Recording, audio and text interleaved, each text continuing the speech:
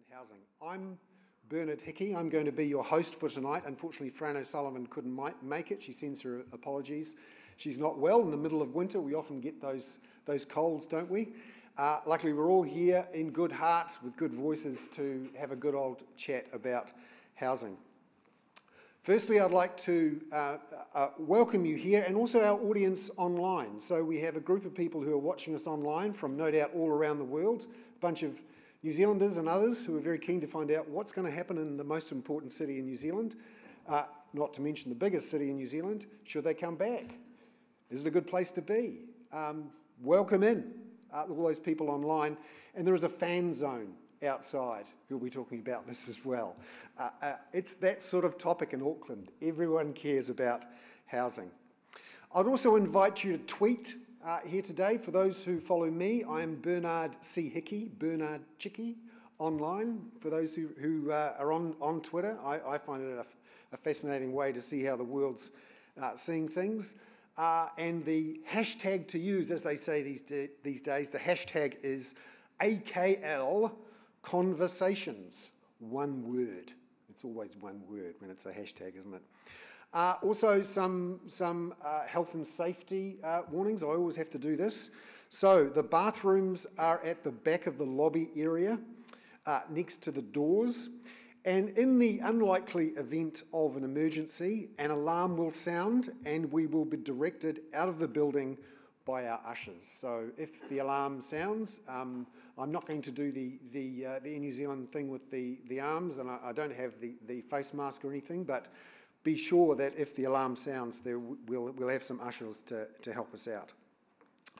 We'd also like to acknowledge our sponsors for today.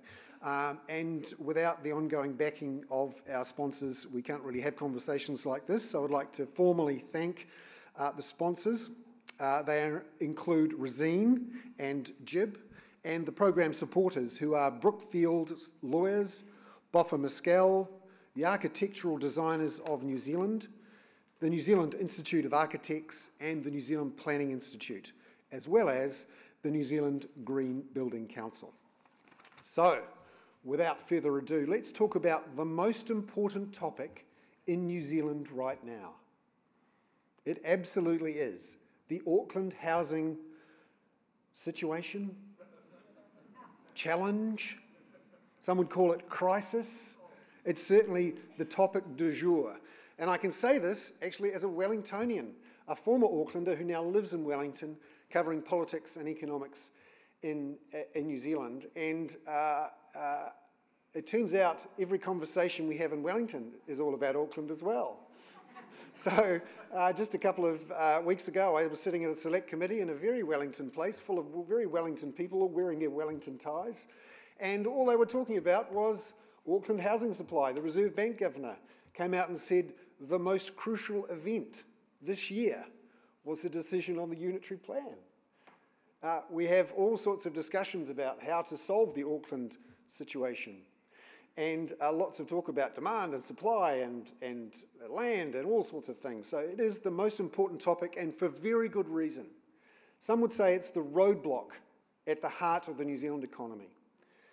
Not just in economic terms, but in social terms. The government is very interested and concerned about Auckland because it pays $2 billion in subsidies for housing, a big chunk of that in Auckland, including $1.2 billion for accommodation supplements, and just on $800 million in income-related rent subsidies for Housing New Zealand properties. Our houses are now in Auckland worth 10 times income. That puts us in the top 1 or 2 in the world when it comes to house prices to income ratios.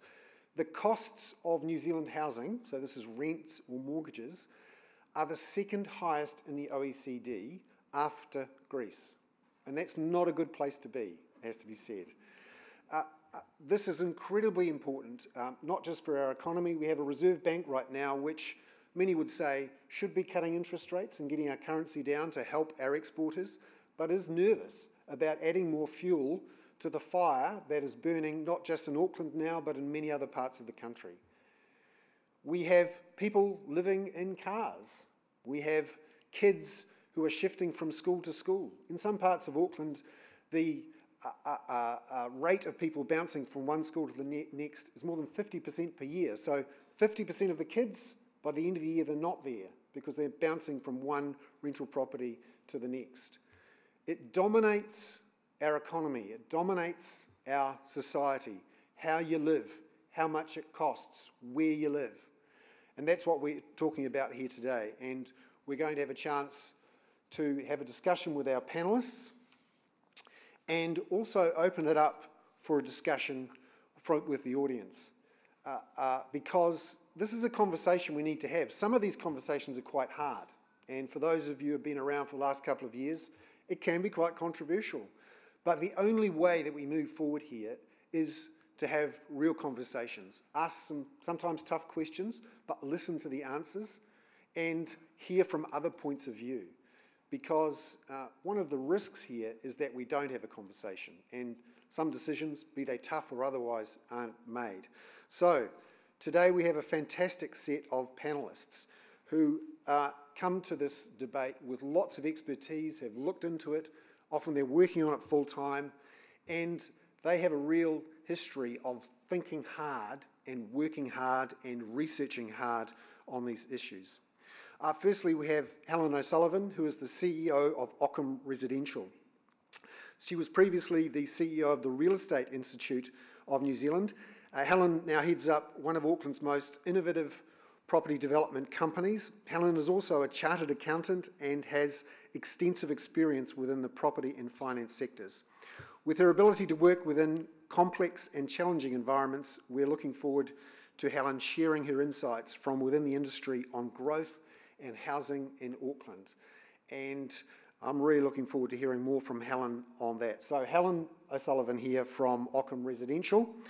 We also have Arthur Grimes, who is a senior fellow at Motu Research. Arthur here is an adjunct professor of economics at Victoria University. He is a board member of the Financial Markets Authority and chairs the Hugo Group.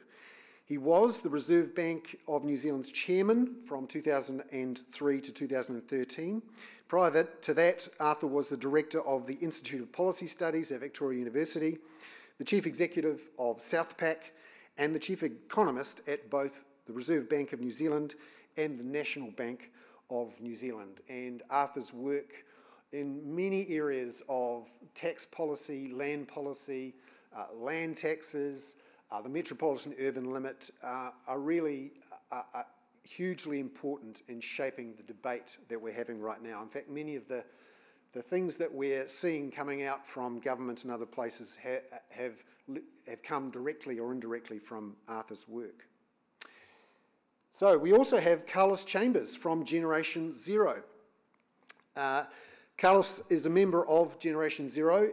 That's an organisation of young New Zealanders working to cut carbon pollution through smarter transport, livable cities, and independence from fossil fuels.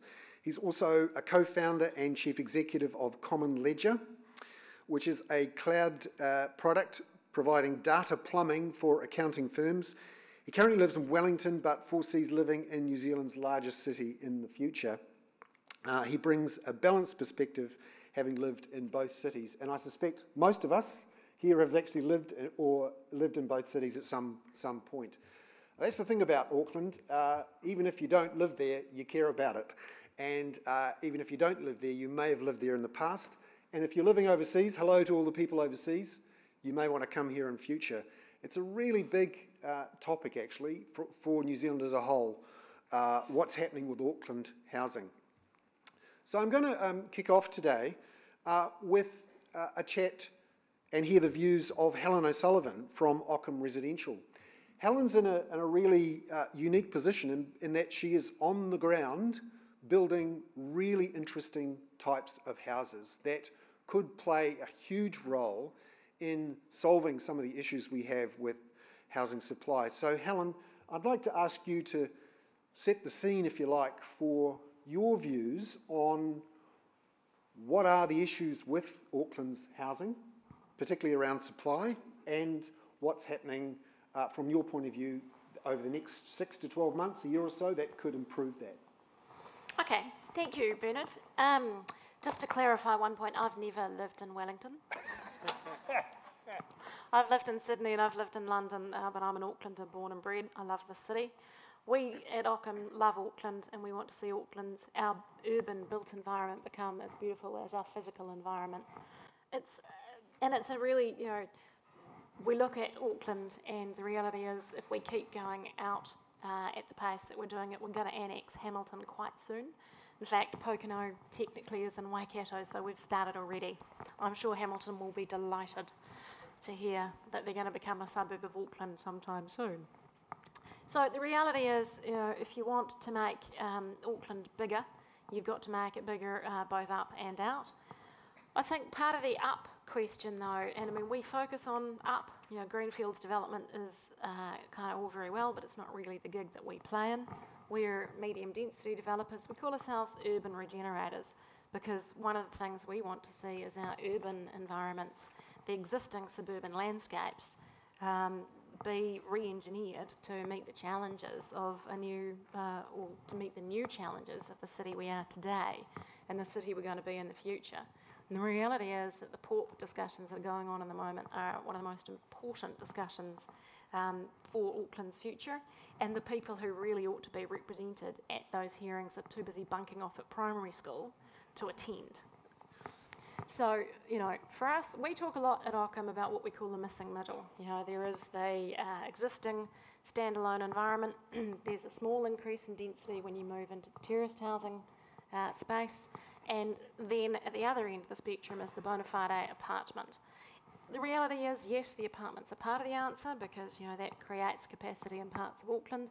But, bona fide apartment buildings, over 4 stories, they're expensive to build. You've got basements, you've got lifts, you've got vertical transport, you've got mechanical ventilation. They are not cheap to build, and as a result, size and price become the two parts of the equation that determine, what it's going to cost you. What's missing to a large degree in our view is the middle. So 3-level character flats of the kind we used to build in the 50s and 60s. For some bizarre reason, we sort of stopped.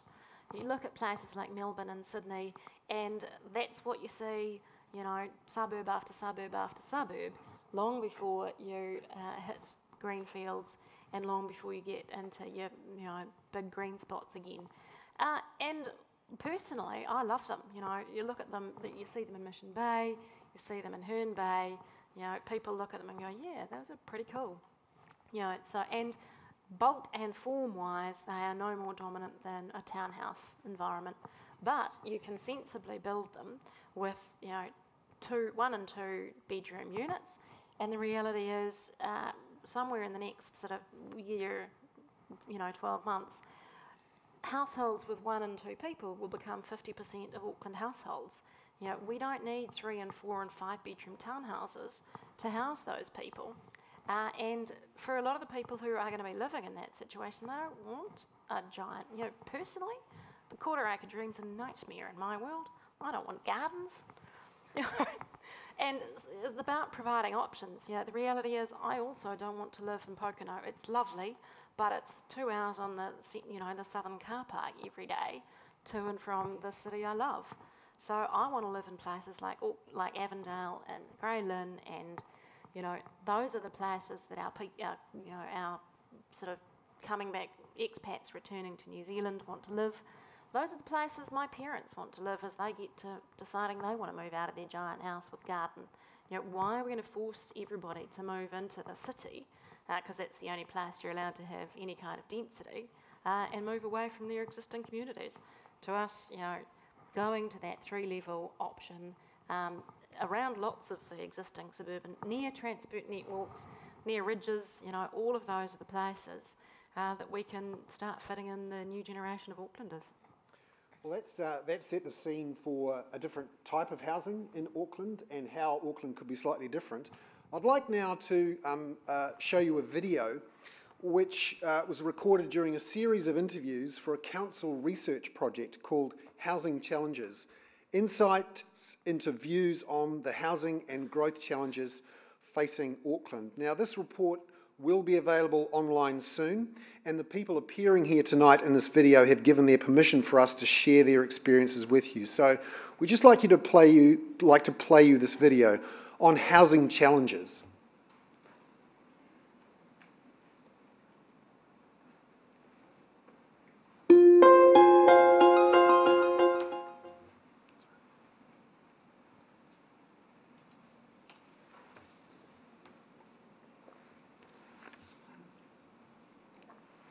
I just don't think there are going to be enough houses to cater for all the people, and they're not affordable.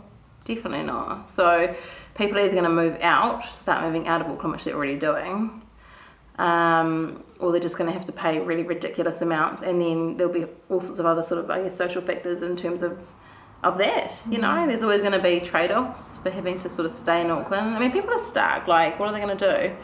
I really want a townhouse. Because townhouses, I see that it's got quite close neighbours around, so I feel there's a bit of security just having other people around in case we're not, because I work full time, so if I'm not home, someone might see something if anything happened. I think that we've got to have a lot more big apartment buildings on the main feeder roads like Sydney or London, anywhere in the world. The Remuera Roads, Great South Road, Dominion Road, Great North, New North, all these roads. Yeah. We've sold a commercial property 2 years ago in Grey Lynn, and they put up a 6-storey building. Why not 10? What difference does it make? You know, 6 is stupid. It should be 10 or 12. I feel sad that so much green is disappearing. Too many paddocks are being gobbled up for housing, and I think that we do need to go up rather than out. And cities in the world do that. Well, yeah, before we were in emergency housing, I was quite ignorant and indifferent to the needs of housing. And but when we were put in that situation, my eyes were opened and I just saw there's just such a massive need for that. And I met so many families that were homeless. And and in that situation, like, yeah, in that situation, I would never thought of it, like, you know, sort of that it was that crucial. You know, we knew it was, but until we. I mean, we were lucky to even have emergency housing. There were people on waiting lists just to get living in cars with families. Sorry. And it's just, you know, it's a real huge need, and it's not nice to see children suffering. And I just think how, you know, blessed we were to be chosen to even go into emergency housing. So, the council there, or whoever decides all this, they need to really look at it. And you've got to resolve homelessness up here in Auckland. It's just, it's shocking.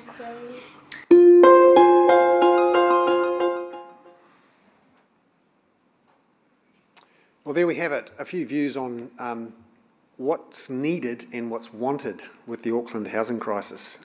I'm calling it a crisis. I don't know about you, but after seeing those points of view and reporting and hearing of what's been happening, particularly around Te Pūtea Marae over the last month or two, it's clear that we need to fix this crisis.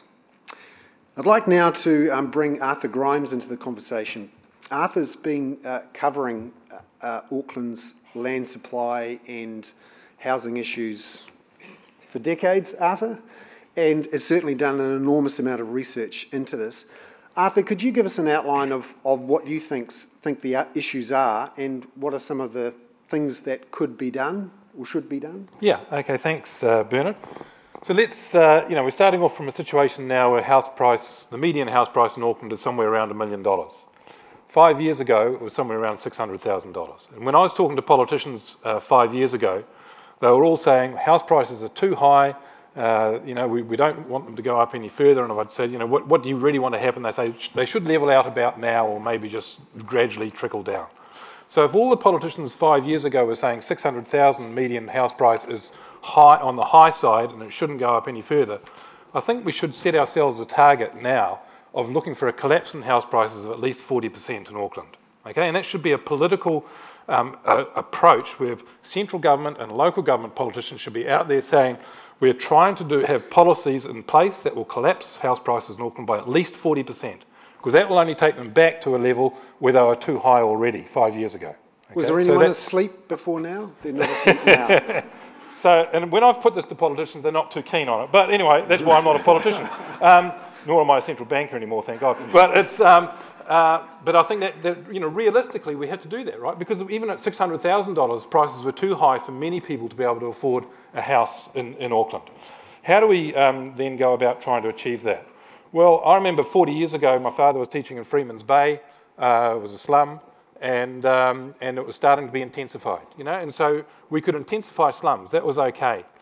We need to intensify elsewhere in Auckland as well. Okay, I don't think there's any doubt. It doesn't matter whether it's Freeman's Bay, Parnell, Remuera, Kohimarama, or wherever, Ellerslie, the types of places that Helen was just talking about. We certainly need to intensify.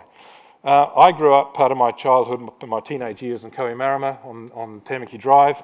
I can't understand why that whole area from Orake to St Heliers is not like the Gold Coast. Basically, in my experience, of other cities and things, you would expect anywhere with those sorts of beaches close to Auckland would be line-to-line skyscrapers all the way along there. And that's, you know, the kind of Auckland that I think that I would expect, and I think young people would expect. The old people won't. And I'm sort of in between. You know, my mother only lived there until a couple of years ago, and clearly that population there didn't want that. But they're the old population. We've got to think about the next population. We've got to think about Carlos's generation, not mine or my mother's. So when it comes down to it, the prices are essentially, I'm an economist, it's just a straight demand and supply equation. We've got extra demand in Auckland. Is that a bad thing? No, I think it's a fantastic thing. Auckland's a small city, right? It's the 5th largest city in Australasia. It's quite a small place. It's a bit like Adelaide, not very significant, but it's going to be, people want to come here. It's going to become more significant over time. We may even be able to rival Perth one day. And, you know, so we've got to think about, stop this idea that Auckland's large, okay? It's a very small sort of local place. But so it's not a demand problem, it's a supply problem. We need to just flood the market with extra houses, extra apartments of all types, to bring these prices back down by at least 40% so that people of the next generation can afford them.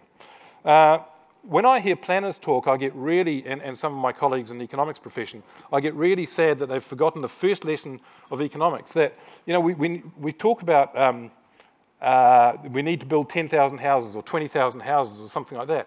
That's nonsense. It's a nonsensical way to talk because it depends on, if you want to build 10,000 houses, you get one price. If you build 50,000 houses, you'll end up with another price. If we can flood the market with 200,000 houses, we'll get an entirely different price. Okay, so whenever you hear somebody saying we need to build 10,000 houses or 20,000 houses, you know they've forgotten the very first lesson in economics. Okay, there's no such thing as just a sort of a number like that. It depends what price you're trying to end up with.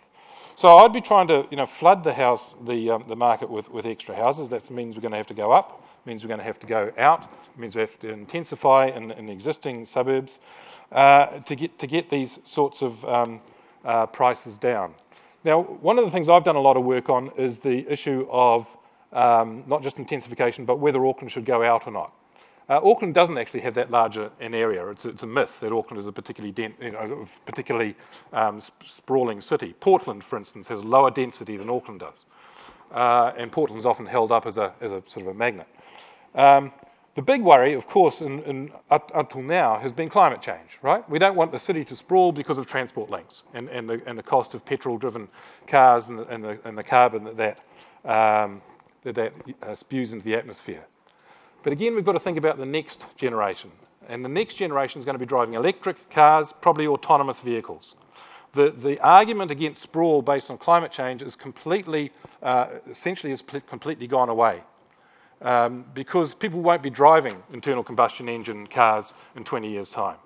That means that whole argument of people driving and putting carbon into the atmosphere when we're planning now for 20, 50, 100 years ahead is a spurious one. We no longer have to think that way. Okay, we just got to make sure that the infrastructure for the electric cars goes ahead and with the climate change problem goes away. The other problem that people raise is that somehow that farmland is worth something. It's not. Okay, just ask any dairy farmer. Farmland now is not worth anything, and sheep and beef farms are actually worth even less. Okay, it's far better to put people on land than cows on land, And we've got to make that land available for people to get on so that they can get the houses built, flood the market with houses, bring those prices down.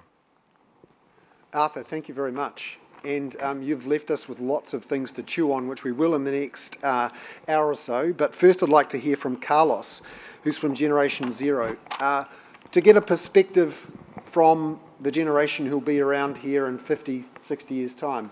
Well, I'm planning to still be alive at 100.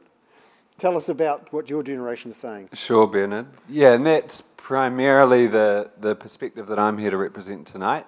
I guess I am I assume I'm the youngest one on the panel, and I think it is a very important perspective in the conversation about what is the future of housing in Auckland. From our perspective and what we're seeing, Generation Zero, is, the problem is, part of the key problem in the housing crisis, as you've called it, Bernard, is it's an access problem. So our view is that access to housing is a fundamental and a universal right. Doesn't matter if it's ownership or rental or another form, but everyone deserves that right. And what we've seen in New Zealand, what we've essentially seen play out, is a really strong culture of home ownership, which has created some barriers to the current generation and future generations accessing that right of housing. So that's sort of the frame for the problem, or part of the frame for the problem. Then I think another important point is that what you see playing out again and again at both the micro and the top level and the bottom level is we have this prioritization of those interests who do own lots of the housing stock, and it's often those interests are locally focused. They're not so focused on the wider community needs or indeed the needs of future generations, but those interests are pretty often well-resourced, quite well-organised, and very participatory in the conversation. So you get this kind of, you're on the back foot if you're in the younger generation or you're in the future generation right from the word go. And I've seen that play out myself, and when I was living in Milford in Auckland, I was fortunate to be staying with a family friend, and there was a proposal to build a set of apartments, 4-storey apartments in Milford town centre with a bit of commercial as well.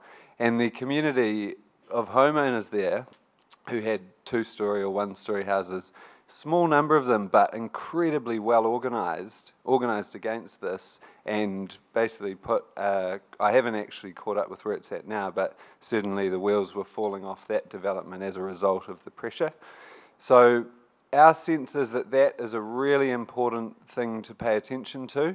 I'm heartened by the National Policy Statement on Urban Development Capacity, which does explicitly acknowledge that. It acknowledges that often the local interests are prioritised ahead of wider community and future generations, and there is some proposal to impose requirements on local councils like Auckland Council to pay attention to that in some of their planning and resourcing the housing market decisions. It's early, it's out for consultation, but our sense is that is a really important paradigm. And I guess it leads me to another point, which is, I think another question is, what sort of frame do you think about in terms of your timescale and your solutions when you're thinking about the Auckland housing market? And I do agree with Helen that we need to fill the gap in the medium density. I agree with many of Arthur's arguments, but I think what's really critical is we take a 20-year long-term view on this, and we don't just think about how many more thousand houses do we need 2 years from now, and what do we want those houses to look like. And it goes to that point about current and future generations. Final thing I would raise is our sense on the Quarter Acre Dream is that there is this new dream emerging, a new Kiwi dream perhaps. It's not super well understood or clearly articulated, but for young people living in Auckland, and we learned a lot of this through our unitary plan engagement process and the thousands of submissions which we gathered, there is this different concept of what a good life looks like. And we know that housing is at the core of a good life for almost everyone. But young people they're revaluing the core pillars of that good life. And the housing solution that your average young Aucklander looks at as what they want today, and I've been talking to a few in the audience before this, is very different to the Quarter Acre Dream. You sort of envisage a 3-bedroom house on the outskirts of the city with that garden that Helen doesn't want to look after. That's not what a lot of the young Aucklanders who we talk to and who we've heard from are interested in. It is more about proximity. Proximity is often more important than space, and you're valuing nearness, being close to amenities, close to work, close to play, and you're willing to take hits on other things like having an outside area. I do live in Wellington now. I anticipate being back in Auckland in the not too distant future. In Wellington, I live within about 600 metres of my work. I skate or bike to work. I spend this many hours a week in the car, and it's fantastic. So these are some of the tenets of this new Kiwi dream which is emerging, and we're super interested in. So Carlos, putting my devil's advocate hat on, what would you say to those people in Milford who appear to have blocked this 3-4-storey development? What would you say to them to convince them to change their minds? I think to Arthur's point, you need to think about your children and your children's children. And if it's important, if you've lived in Milford for many years of your life, you've benefited from that. It's a fantastic suburb. It's by the beach. You've now got a great busway link into the city. Then why shouldn't more people, including your children and their children, have that same lifestyle? But they will not be able to have that if we can't increase the density in places like Milford. So let's say I put my Milford homeowner's hat on and say to you, when you have a family, you want to have a backyard just like I have, and your push for all these apartments and townhouses is robbing the next generation of the backyards. I think that urbanisation as a macro trend is something which many of us cannot avoid. In New Zealand, contrary to what a lot of us think, we are one of the most urbanised nations in the world. That's a trend that is only going one way. So maybe 20 years ago, my parents did have a garden in the city, and maybe 20 years from now, I won't be able to have a garden in the city. I do think there are other very well-proven ways to achieve the same outcomes. Concepts like shared spaces or, a community garden shared between a block of apartments could potentially achieve the same outcome. The reality is in Milford, you can walk down onto the beach and, have fantastic space and a wonderful natural environment. So. Great. Arthur, there's a whole bunch of people in the audience here who own property. Who here in the audience owns property? Who here has it as their main source of asset value, the thing they're going to rely on when they retire? Arthur, on their behalf, are you really saying you want their house prices to fall 40%? Absolutely. Absolutely, because most of the people in this audience would have bought their houses when they were far less than $600,000 median. They still made a fortune out of it, right? And if they bought them more recently, I was asked just before, what would I advise young people who are trying to buy their first house? And I'd say, don't. And it's like when gold was $2,000 an ounce. Well, it's now $1,200 an ounce. Those people lost a lot of money because they bought them bought it at a ridiculous price. People who buy assets at too high a price lose money. That's what happens with every asset, right? And it's just tough luck, they shouldn't have bought it at that price. But could our economy handle something like that? Oh, absolutely. The banking system is very well capitalised. If Auckland house prices fell 40%, there'd be very few people that would actually go under, because most people have, the stock of people who've got houses, most of those people won't have any problems at all. It wouldn't have a major effect on say, the financial stability. Some people will lose as everyone loses. Look at what happens to farm prices. They go up, they go down. you know, people just got to get, you know, if you make a bad investment, you live with it. Now, what about the argument a supply shock with, you know, typically hundreds of thousands of houses or whatever the big number would have to be to actually drive through that sort of price cut? Have we got the labourers and the tradies to be able to build all those houses? Can we really do that? Not this year, no. And not next year. And so this has to be a consistent policy that successive local and central government politicians need to enable over 10, 20 years. Because the problem's built up over that time. I remember writing reports that you saw 10 years ago saying we're going to have this problem because of what was being done 10, 20 years ago, right? So that we're living with we're living now with the after effects of the policies of 10 or 20 years ago. We have to build the policies now and keep them in place for 10 or 20 years to get those extra, to flood the market. You're not going to flood the market overnight. Helen? Can I just, to your point, Arthur, about the way the price has increased, one of the reasons why that house price has increased so much is that so much of the supply that has come to market over the past 2 and 3 years has been above the median house price. And maths being as it is, that just means the median house price keeps getting higher because so much of what's being delivered is in the most expensive price point in the market, because for developers that's one of the most profitable places to go. You know, if I've paid $1 million for a piece of land in Ellerslie, I'm not going to put a $400,000 house on it. So, you know, that's where changing the density paradigm and, you know, enabling that 1,000 square metres in Ellerslie to be 10 two-bedroom units at $600,000, you haven't changed house values, but you have changed house prices. And that's a lot safer. So what would you say to voters, councillors on the issue of allowing more of these 3-4-storey apartments that you're looking to build? Because I sat through a council meeting a few months ago where this was quite a heated topic. And what would you say to them to say, actually, you may not know much about these 3-4-storey apartments, but they could actually be quite good? Yeah. So what would you say to them to convince them? I would challenge them to look at an exemplar development that we've actually done in Ellerslie, where you've got 10 on a piece of land. You could have built $3 million townhouses. We have 10 two-bedroom units, which we've retained as investments, but the reality is, had we sold them, they'd have been at that $600,000 price point. 3 times the housing supply, 2/3 of the price point, and the way we've built it, 25% more green space than you would get in the townhouse arrangement.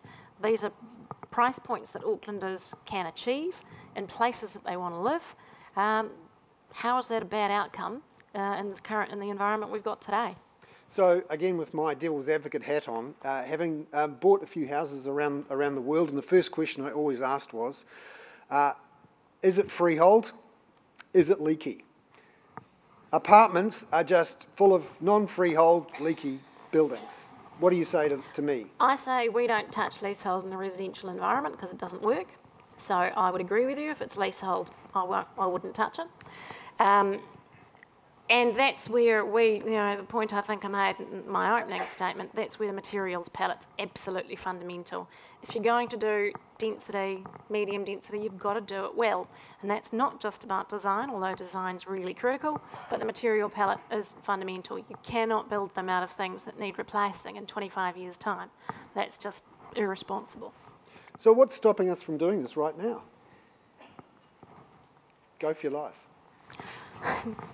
The rules, basically. For us as developers, we will go where we can build that kind of thing at reasonable price points. We're looking for those kind of opportunities. I don't know that the rest of the market necessarily is. And in lots of parts of the city where people would buy that stuff at those sort of price points, the rules just don't let you do it. And if you're going to run into the train that the developers in Milford hit, why would you? Why don't you just choose the easy places to go and build there? There's more than enough to do. Why would you pick the hard stuff? Arthur, you mentioned the prospect of going out as well as going up, and that climate change maybe not so much of an issue because we'd be driving around or being driven around in electric autonomous vehicles. Do you really think that's going to happen? And if we do look to go out, who's going to pay for all these roads and pipes and things, which currently are pretty expensive? Yeah, they are. No, I absolutely think the technological revolution is is here, and it is an electric future. Like you, I commute by bike, but it's an electric bike, you know. So it's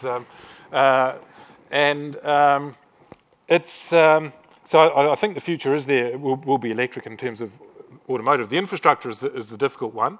I'm the New Zealand Productivity Commission, I think, looked very favourably upon urban development authorities. I don't really care whether they are council run or private sector run, and if they're private sector run, I don't care whether they're domestic or foreign. It's all the same. It's basically it's the outcome that you want. Very large development, I think, makes a lot more sense than small add-ons, because you have to be able to put the infrastructure in and plan the infrastructure really, really well.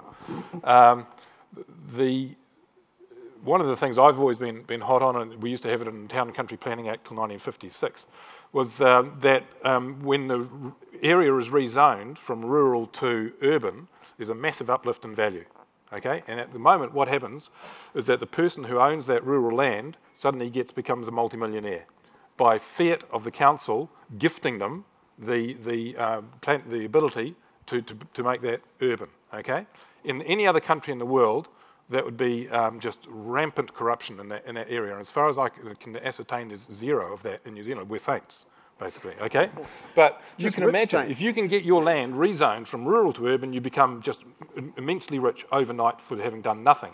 In my view, the Public Works Act should be used to basically get the rural land, and it's going to be used for housing. The council should designate that under the Public Works Act, or central government should be some premium paid over the rural land value to the farmer, and then all the betterment value, all the uplift in value goes to the council, which it can use to pay for the infrastructure. This is the way that the Hutt Valley railways were built back in the 1920s. It's the way that many countries do it. In the United States, the land of the free. The TIFs, this is the way that they plan their infrastructure and fund their infrastructure. It's a well-tried route, and it's one that we stopped in the 1950s, unfortunately. So what about all those land bankers? There's been a lot of talk about land bankers in the last couple of months. There's actually 96,000 sections that are identified by the council and the government in special housing areas and beyond that could actually be built on, but they're not being built on. What could be done to get this land into housing? You've got to be very careful with those numbers. I think some of those are backyards that could be subdivided. Yes. So you have to, there's a lot of sleight of hand in those numbers. Okay. So, well, I mean, we made a big mistake when we did the amalgamation in Auckland, the Royal Commission. 4 of our local authorities had a land value basis for their rates, and 3 had a capital value for their rates. The Royal Commission subsequently enacted in legislation by government was to move to a capital value rating system for everyone. A land value taxation system for rates encourages you to intensify on the land. Okay, a capital value one disincentivises you from intensifying because you actually pay a rate on the structure. So we went with the Royal Commission made a very bad decision and a very bad recommendation. And I think we should reverse that and go back to a land value basis for the rateable side. So at least if you're holding a piece of land, you're going to get rated more highly on it. What about a land tax, which you suggested to the tax working group? Yeah, well, that's going the next step, of course. So Carlos, I can't work out why the young aren't revolting. Some of them are. Right? So like let's say I'm young, I'm a renter, I'm looking ahead at $1 million house price in Auckland, I'm thinking about starting a family. Why aren't I doing more? I'm always talking to young people and going, how come you haven't torched me? So why do you think young people seem so disengaged from the process? Because when I look at the voting stats, less than half of people between the age of 18 to 39 voted in the last general election, and by my measures, well less than 30% voted in the council elections. Why isn't there more engagement? Yeah, it's a tricky question. I think that young people are engaged in debate and conversation, and there's a lot of evidence of that, both in New Zealand. Well, there's a lot of evidence of that here in New Zealand. I think we've created some good proof points as Generation Zero. But I do think, the facts are clear. young people don't vote in as high numbers at both local and central government elections, nor are as engaged. You know, even if we look at the audience here tonight, it's fair to say most of us here in the audience are not young people. But I don't think we're all young at heart. I've got a lot older since I started my own business as well, so I'm feeling like an older person. But I think that it's not that young people don't care. I think it's more nuanced than that. Certainly, I know a lot of my network and friends are dead set on home ownership. They do aspire to that, and the Auckland market in particular is a real barrier. I think there are also a growing number of young people who are less concerned about home ownership. I'm in that category. I've rented 7 houses in the last decade. I have no aspiration to be a homeowner, and how are you going to get rich, though? Well, so my logic and what because the only way to get rich in New Zealand is to buy a property. No, that's not true, Bernard. That has been true, but that's the past, not the future. What I would say to the homeowners in the audience is you have responded totally rationally to the market and to the structures that have been there. So my parents are in that category. I understand it, but the fundamental issue in New Zealand is that 52% of our private wealth is tied up in our residential housing market, and that's 52% which is not being put into useful, productive entrepreneurial activities and businesses. So the way that, getting rich is not a goal of mine, but the way that I will support myself and support my children is through building businesses like what we're doing with Common Ledger. And if you take that one more step, I really believe that we do need to move the needle on New Zealand's economy. We need to shift it out of lower value, unproductive or less productive industries into much higher value, more productive industries like high value exports technology, which is a growing sector. So I think it's misleading to look at the past and say home ownership was the pathway to richness and enriching yourself in success. The future looks very different, and that's, to my first point, that's going to take time. That's a 10, 20-year cycle. It's not going to happen overnight, but there is a different future ahead for New Zealand, and I firmly believe in that, and that's why I'm not so obsessed about home ownership, and I know a lot of other people are starting to see things similarly. Okay, I'd like to open it up. Can I just come with one very quick comment on that?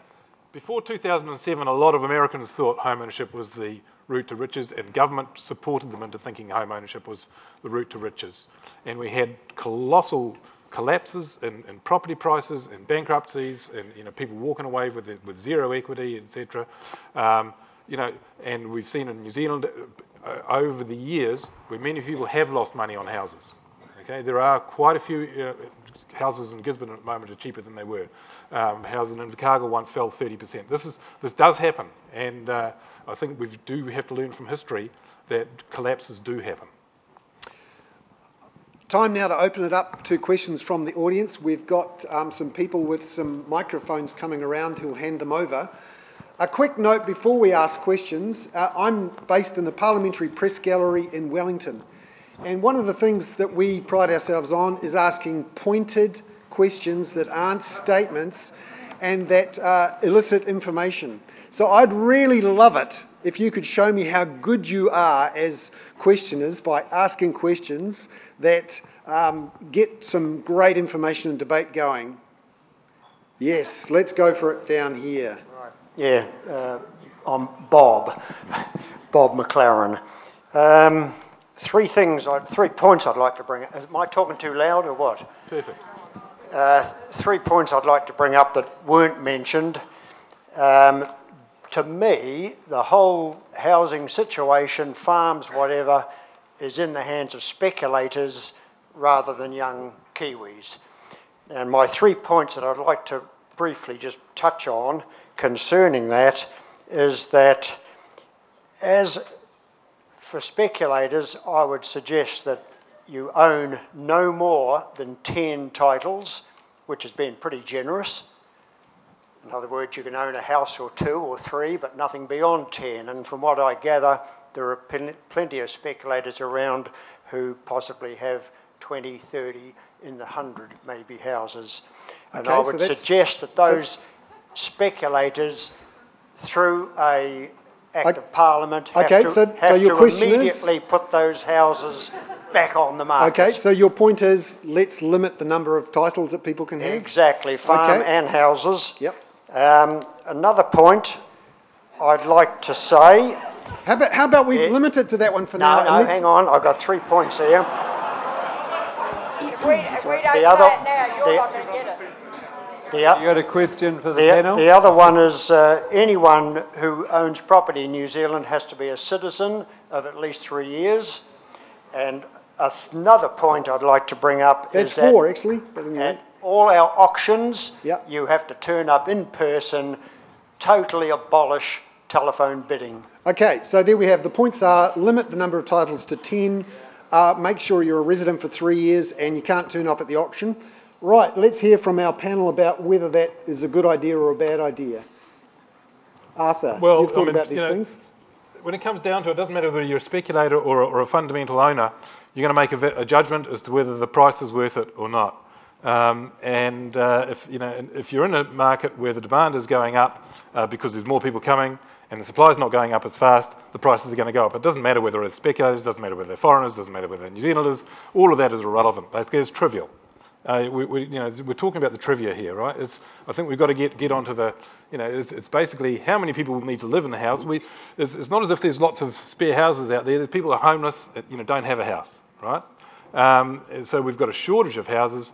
And the way you deal with shortages, it's the same as avocados, right? $5 an avocado is because there aren't enough avocados as we would like them to be, so they've gone up to $5. Get more avocados in the market, the price is going to come down to $3. It's the same with housing. Okay, right, let's have a question at the back here. I have... Okay, let's hear from another person at the back of the room. My question, I hope, is a specific one. I'd like to know from Arthur, from any of the panel, why is it not possible to build genuinely affordable housing well inside the city limits? Okay, let's go to Helen, who's in the business of building these houses. It's a really interesting question. We are selling properties in Avondale that are priced from $410,000 up to $800,000. They're medium density. We've sat and looked at the numbers ourselves and said, why does it cost so much to build at this price? You've got a land cost that's around 10%, you've got financing costs, you've got the cost of materials. You do have to make a margin or you simply won't get finance for it. But it's not actually, we're not sitting there on a 50 or 60% profit margin. The reality is that a house starting at $400,000 and $500,000 is only possible in the medium density space. And if that's what it costs to erect a structure in which people can sleep comfortably, warm and dry, insulated, etc., after that the land cost is obviously going to be a big part of it. There isn't room in the city centre to put standalone houses at $400,000 each. If it costs me $1 million for the land, I've still got a $1.4 million house. Once I've built a structure on it you can sleep in. Arthur, you've looked at the cost of land and the factor that is in house prices and housing costs?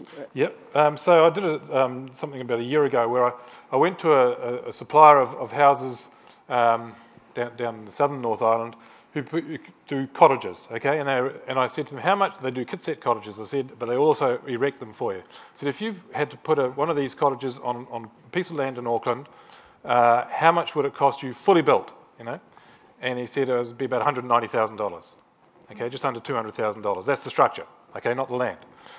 So it is possible to put a two-bedroomed cottage onto land in Auckland where the structure costs less than $200,000. Then the problem comes is, why would anybody with the expensive land that we've got now put a $200,000 structure on it? And that's the problem. The land is, if you're buying the section for $300,000 as a developer, you're going to be mad to put a $200,000 structure on it. And people put on, as Helen was alluding to before, they put a much more expensive structure. So it comes down to the problem, the fundamental problem is that the land is so expensive. Now, the way we free up land in a planning process, we now have a forward sort of supply of land, which essentially is designed to maximise the profits of the people whose land are going to be opened up. So instead of opening up a whole lot of land, we open up in dribs and drabs, so that each successive drib and drab gets a monopoly. And of course, what do? They're going to charge a monopoly price, right? It's a fundamentally absurd way to open up land, is to just do bits and pieces of it, because we give those landowners the monopoly to charge as much as the market will bear. So again, that's why I think the current system, planning system, is absolutely flawed in the way that we release land. Can I just put my commentator's hat on, take my MC's hat off, and say that, from my point of view, one of the reasons that the cost of housing inside the city limits is so high is because we have not allowed more dense development close to the CBD. We have a current planning setup which says that we have what's called a donut with a candlestick in the middle. So the donut of development is out west and down south and up north.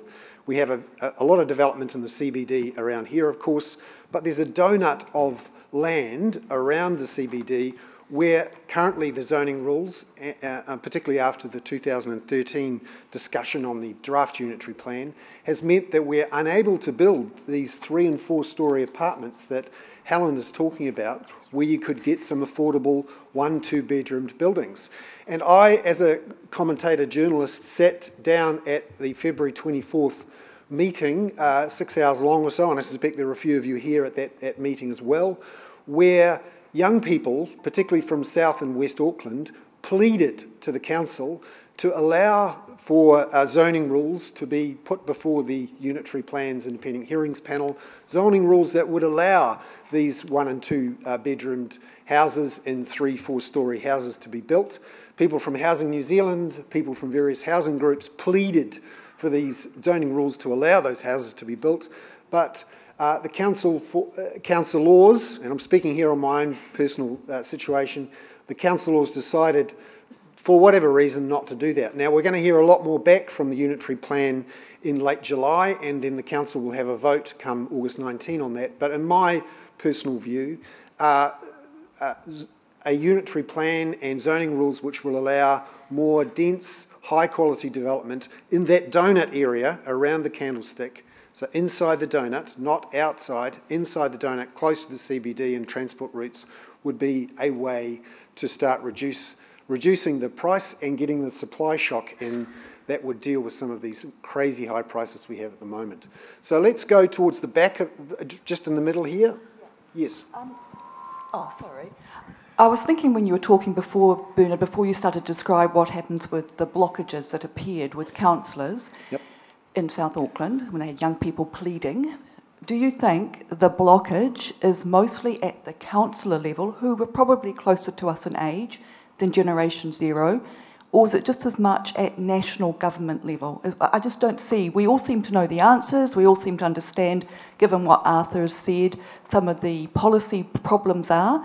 How come these are not being recognised by our political representatives at local and national level? Because it seems to me they're not listening. Okay, my personal view on this here is that you look straight to the raw electoral mathematics, which are that property owners over the age of 60 vote at a rate of more than 80 to 90% in council elections. Renters under the age of 30, particularly in South and West Auckland, vote at a rate, by my assessment, at less than 20%. So if you're a councillor and you want to get re-elected, you appeal to the interests of old property owners on the fringes. Now that's my independent commentator's view. That's not the view of anyone on council or the council itself, obviously, but that's my view of why you've got that, what I call it, and in fact I'm not the only person who said this, why you have a democratic deficit.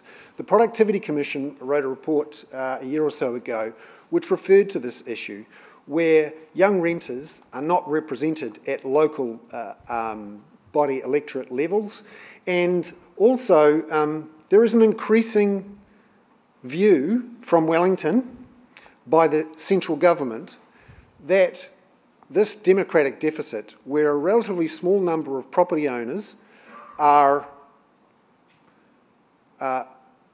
very highly represented in the political process and are not thinking of a national interest. So you could argue it's all about location. Where you live is really important, and what's immediately close to you is incredibly important. But there are national implications. We have a really big problem in New Zealand with very poor productivity growth, particularly in the last 10 to 20 years, where we have not educated enough people to be able to be really productive. We've not built a big and strong enough city like Auckland that has lots of productive people in it, making New Zealand richer. And the end result is that we have a relatively poor economy per capita, and we are building a society with lots of poorly educated people who aren't very healthy, in many cases because they're not living in stable, healthy housing, in many cases because they don't own it. That's my view of what's happened there. Does anyone else have a particular view? No, I'd probably support that, Bernard. And I think the other, another interesting point is the average age of your local elected representative in New Zealand is early 60s nationally. I suspect Auckland would be quite a bit younger than that, but you just, to your point exactly, not only are the constituents not well represented, but the elected members are not well represented by those younger generations, those who will ultimately live the life and bear the cost or the upside of those decisions that are made today. I think that's a really good point that you made earlier about the social justice element of it, Bernard. Like, access to stable housing is critical to ensuring that kids grow up with an education. And not only are the people who are, not only Carlos's generation not necessarily voting, but Carlos's kids aren't voting. And they're actually the people that we need to be thinking about in this process as well. Yeah, and increasingly, from what it's worth, in Wellington, the generations who are missing out on living in their own home or living in a reasonably affordable rental that's safe and warm and clean, that large number of people, and we're talking hundreds and hundreds of thousands of people, the central government is starting to think about this issue in a different way. They're starting to think, what would be the cost in the long run of a whole generation of, it's mostly Aucklanders, not being healthy enough or educated enough to be productive, happy people in the long run. People who aren't in good housing tend to cost the society a lot more in the long run. So the government has a thing called the social investment approach, where they look at the long-term liability of a group of people who are not healthy or well-educated or in stable situations. And the cost to the taxpayer at large is enormous. Secondly, the long-term cost of not solving Auckland's housing crisis is borne by the rest of the country, to the extent, for example, that the Reserve Bank, frankly, should be cutting interest rates right now, but it can't because of what's happening where we are sitting right now. And that's costing the rest of the country in terms of not being able to export its socks off, become more productive, get connected to the rest of the world, and be a much faster growing, richer economy. So, can we have another question from the side here? So your solution is a supply and demand. You're sort of positing that it's a very simple solution, just flood the market away. Basic economics, you flood the market, there's no profit, supply will quickly drop off. But secondly, there's about 30% of people on low wage income that no matter how low you drop the price, their income levels are decoupled from any sort of house price, even if you drop the price by 50% from where it is. So I want to challenge you and say, this problem's not economic based, it's politically based, and no one wants to talk about we've really got a political issue here, not an economic problem at all. So Arthur, I'm not sure why it's not an economic problem. $1 million houses, median house price seems to me to be an economic problem as well as a political problem. It's got a political genesis to it. But don't forget, if the house prices come down, the rents will come down too. So those people that you're talking about actually will be able to afford a better rental property, or have a more affordable rental property than what they've got now. I mean, you just imagine, if we have an extra 10,000 houses in Auckland, very shortly it'll have virtually no effect on price, right? Out of 600,000 houses. If we could get 100,000 extra houses in Auckland, or 200,000 extra houses in Auckland, the price has to come down. That's like an economic myth. Like, you're profiting an unreality. You cannot build 100,000. Okay, well, let's take Houston, okay? Let's take Houston. It's got a rapidly growing population, at least as fast as Auckland, probably faster, and it has prices that are about a third of the level of Auckland's. Now, why is that? They've got population growth coming in. They've got the same sort of demand pressures that Auckland's got, and yet they allow the supply to come on stream. So if you allow the supply to come on stream, you actually do have an effect on prices. And also, okay. Well, no, it's ridiculous. Okay. You see, this is a real elitist sort of argument, right? Why are there hundreds of thousands of people going to Houston to live if there was a terrible place? Let the people decide. Let the people say, I want to go to this place which is reasonably cheap to live, and I can bring up my family, and I can have my grandkids there. Let them make that decision. Don't leave it in the hands of people who want to stifle them. I'm not, it's great for me to have a property in high-priced Auckland. Okay, it's fantastic. But it shouldn't be up to me. It should be up to the people who are going to be affected by that and who vote with their feet. And the people who are voting with their feet are voting to go to Houston, so let them do it. The other argument here to say, well, short supply doesn't really matter with price. Simply look at what happened in Ireland and in Spain, where they did have, a slowdown, an economic slowdown, and the demand for housing dropped off. But because they'd built enormous numbers of new houses from 2002 to 2008, their prices dropped 30 to 40%. When you look at New Zealand house prices compared to what happened in Ireland and Spain and America, the real difference between us and them is that we had not built the supply, so that when there was the demand shock, when demand dropped, our prices held up reasonably well.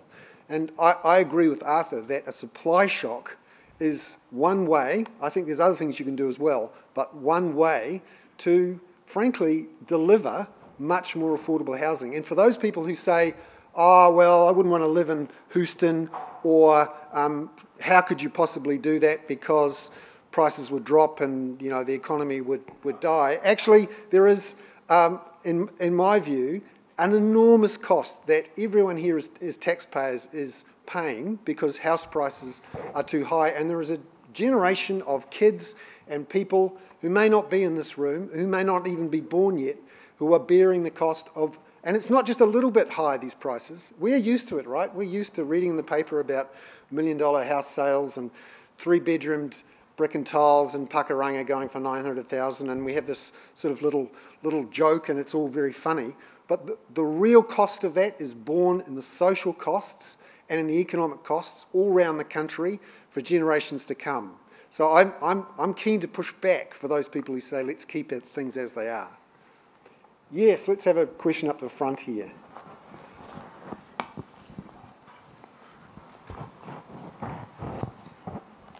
My name's Richard Northey.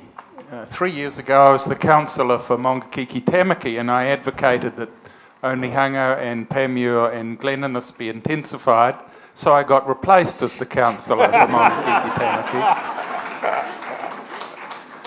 I'd like to ask a question about tax. That hasn't been mentioned today, and I wonder whether the panel what comments they have about whether any changes in the tax system could be fair and workable, could contribute to investment being moved into areas of production and better services and make housing more accessible. And it's not a total answer, but have they got any ideas on tax that could contribute in those areas? So my view here is that New Zealand needs a land tax, and we actually have one pre-cooked, and the chef is on the panel. It was one put to the tax working group in 2009 and 2010. It's my understanding that the chair of the tax working group presented it to the Prime Minister as one of the preferred options for the big tax switch that we had. Instead, we chose to increase GST and transfer those incomes to a lower income taxes in a distributionally neutral way.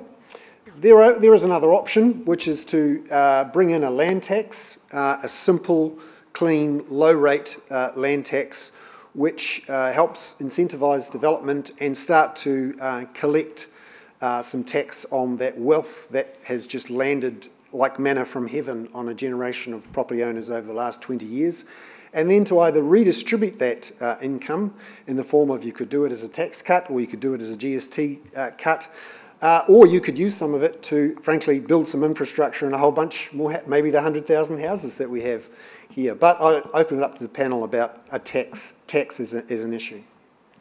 Yeah, I'll make a few comments. I think it's, you know, the argument that a capital gains tax will fix everything is pretty false and shallow, I think. I think there's some pretty easy wins which we could take, which would have a pretty immediate impact. One small but important example is, you know, we let landlords offset the losses from their rental incomes against their other income, which maybe makes sense in the context of that business, their landlord business, but it does not make sense against their global income from their other sources of income or their other businesses. So little anomalies like that, which don't really make any sense, but would have small impacts, or would have probably quite large impacts, I think are easy wins. I think the tax system is a part of the solution, but it is only a part of it. It's more nuanced than just tax or just a capital gains tax. I do think there's some I agree that there are some contributions the tax system could make. One of the easiest ways of reducing the attractiveness of residential property as simply an investment class would be to remove the deductibility for interest. You know, in the same way as the deduction for depreciation was removed, and overnight that generated some phenomenal sum of money without inventing a really complicated system. As you have, you know, capital gains taxes are complicated because politically they're hard to sell, and because as soon as you start having exemptions for the family home, they fall apart. And if you look at Australia, where they do have a comprehensive capital gains tax, that actually, you know, sure, they're not as bad as us. Well, we've quietly overtaken them, but you can't say to Australia that Sydney and Melbourne have got brilliantly controlled house prices either. So the issue of tax deductibility for rental property investors, Treasury proposed that as an option to the government a couple of years ago, and the government chose not to take that up. And repeatedly, not just the government, but also the opposition have shied away from capital gains tax for the very reasons, Richard, that they're politically unpopular amongst those who vote.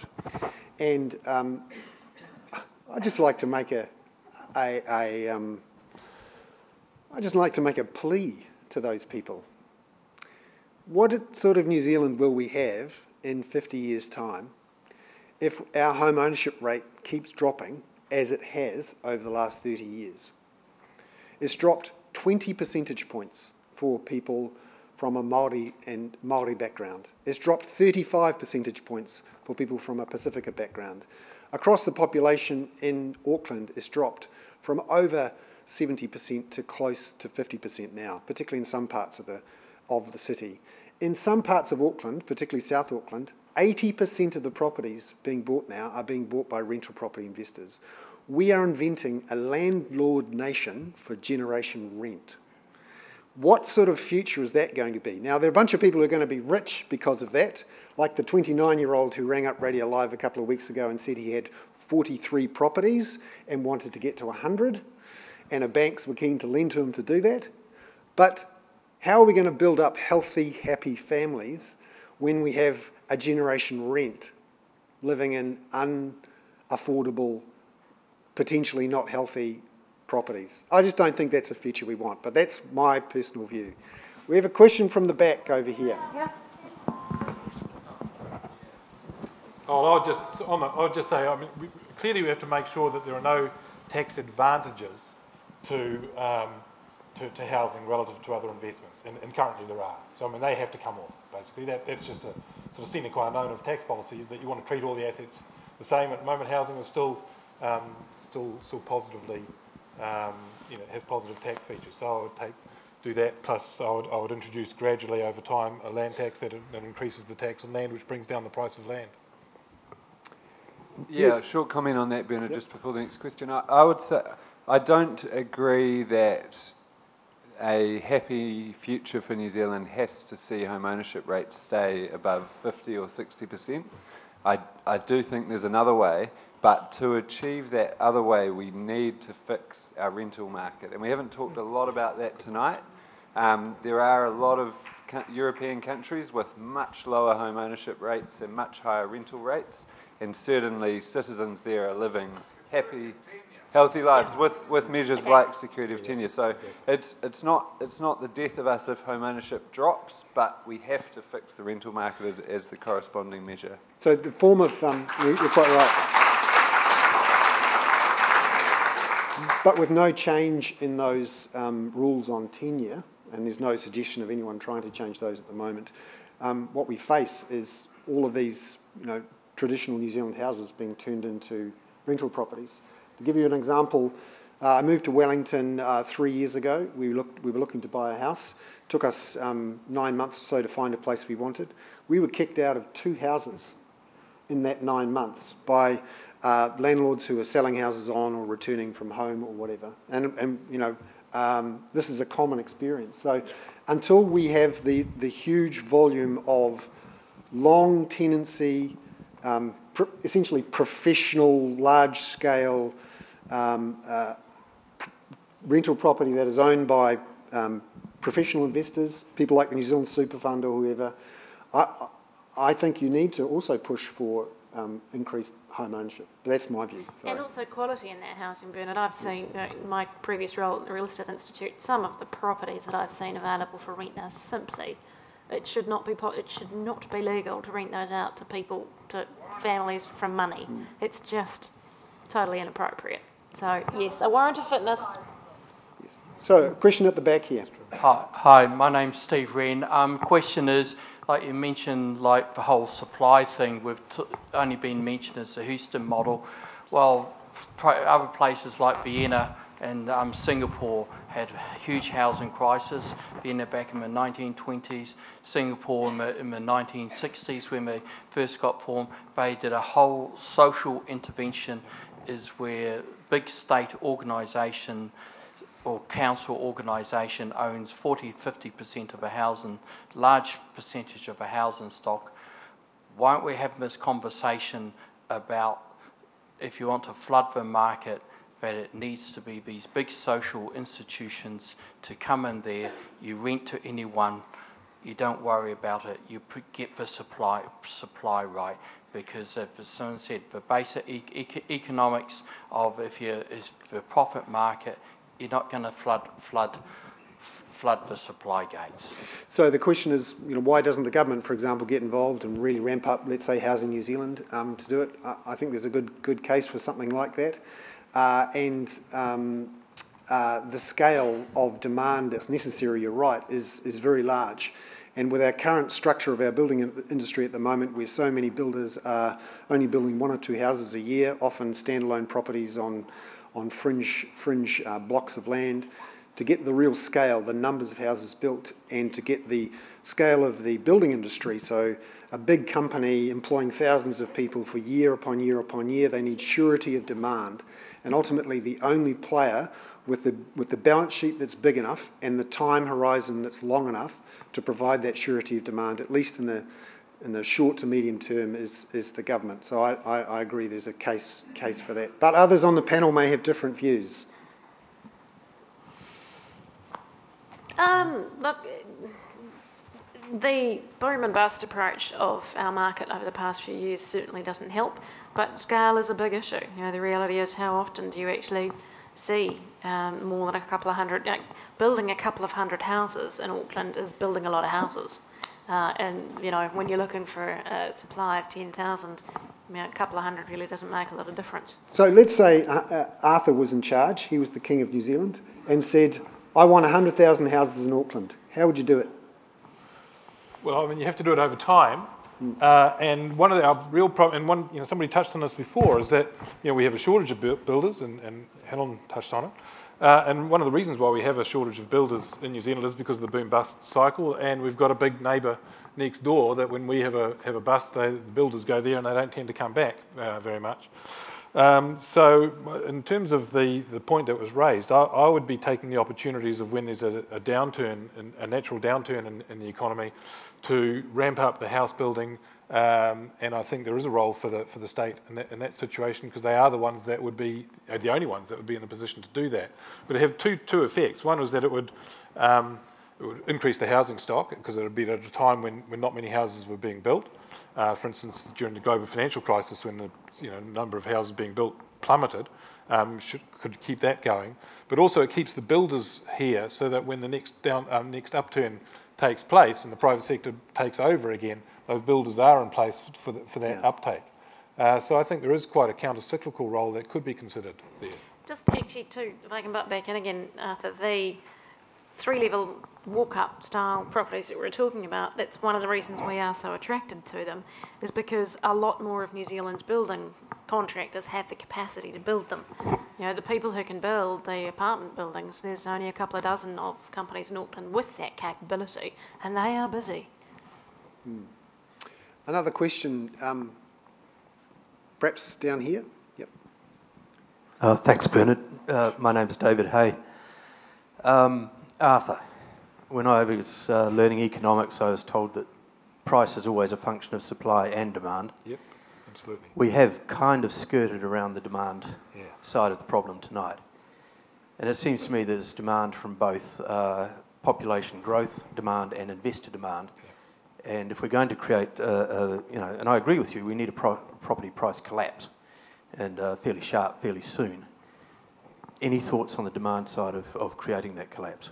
Yeah, the reason why demand is increasing in Auckland because the population is increasing, basically, and that could be met by people owning their own houses. It could be met by people buying houses to rent out. Some people call those speculators. I think it's a pejorative term, but in the end, those people will only buy those houses to rent out if the population is increasing. Otherwise, there wouldn't be much of a reason to buy them, right? So the underlying thought is that, okay, Auckland's increasing in population. Why is Auckland increasing in population? Well, everyone here knows that Auckland's a fantastic city, right? It's a great place to live.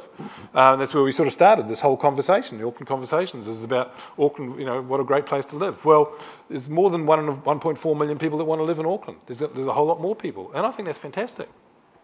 We've got this tiny little country of 4.5 million people with this one small city called Auckland and the rest are towns.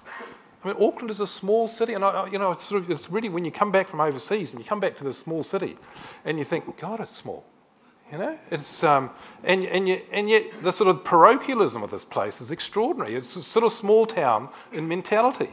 We still think, Aucklanders still think of it that they'd like it to be a country village, but it's actually a small city. 1.4 million is a small city.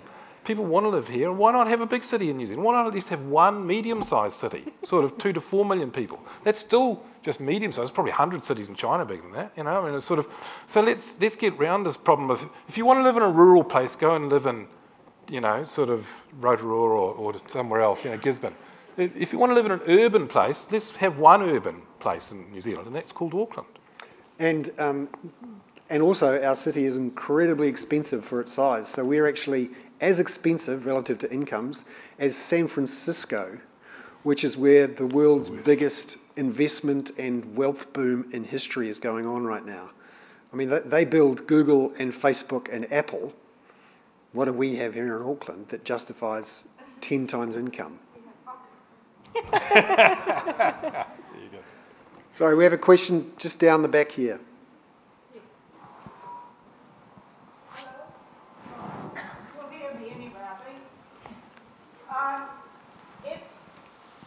I think it's vital that, I think it's vital that we have housing for children because they must have stability in their schooling. Otherwise, what's going to happen to that generation that has not got a permanent place to live in? It's somehow or other we've got to do that.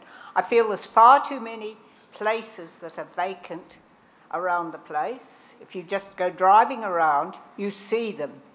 And I think we could do something about that. At one stage, I mean, I've got lots of years behind me now, and that the council used to go and inspect properties if they thought they were getting behindhand. Now, there's a lot of places, I think, that could do with a good, solid inspection. And okay. I mean, you know, if the council's got to fix it, well, that could go on their rates, so they'd know what was going to happen there. Mm. So, okay, so the question is?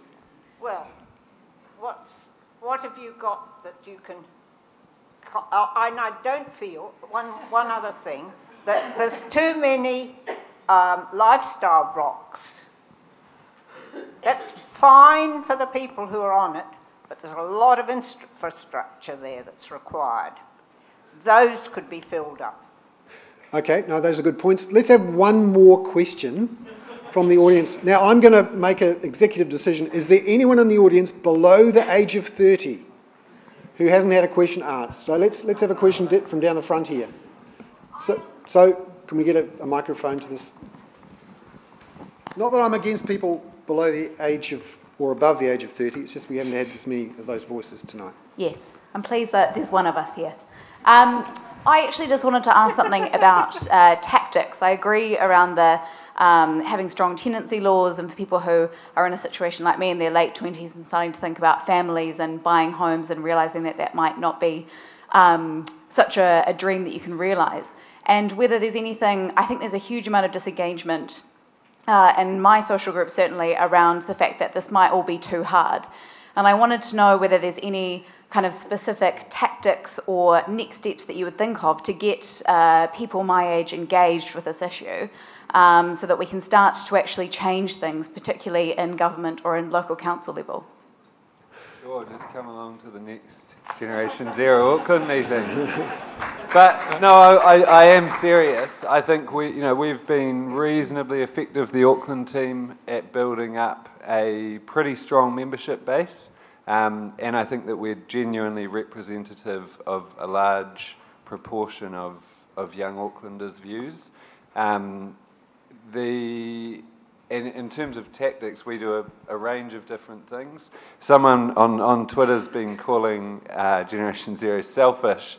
I'm keen to have a chat to you after this and explain why our name is Generation Zero, because the comment was, well, you're only focused on your own generation. Which I don't agree with. I think our values are pretty applicable across generations.